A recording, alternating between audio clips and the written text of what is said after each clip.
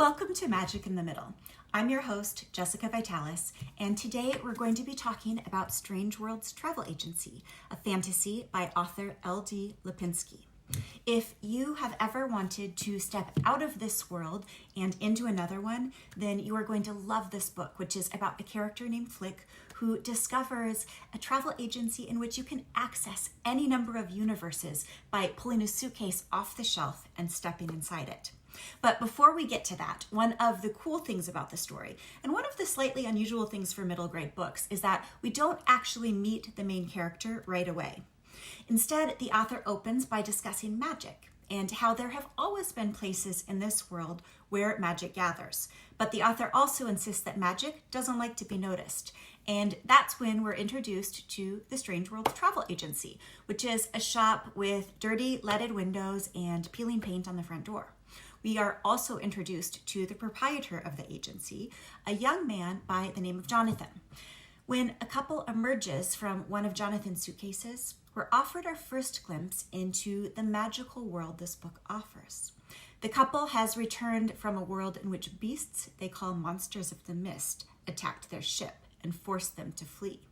There are other ominous hints threaded through this first scene, and we learn, for example, that magnifying glasses are restricted items deemed so dangerous that Jonathan smashes the glass of one rather than risk it falling into the wrong hands. We're also offered the sense that Jonathan is all alone and not necessarily by choice. We pivot from the magical travel agency to the main character in chapter 2, and that's when we finally meet Flick, who is moving from a crowded house in the city to the suburbs. She knows she should be excited because it means she won't have to share a room with her baby brother anymore, but she's also anxious at the prospect of changing schools. It probably won't come as any surprise to you that Flick stumbles across the Strangeworlds Travel Agency when she's out exploring her neighborhood. But it's really a surprise to everyone, and especially Jonathan and Flick, when it's revealed that Flick can actually see magic.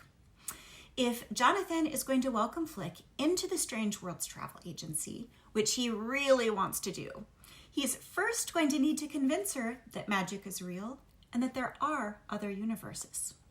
The story takes on a more personal twist when we learn that Jonathan's father disappeared 11 months earlier, leaving him completely alone, and we learn that the answer to his father's disappearance could be found in another world. That means that Flick has to decide how far she's willing to travel and how much she's willing to risk to help her new friend.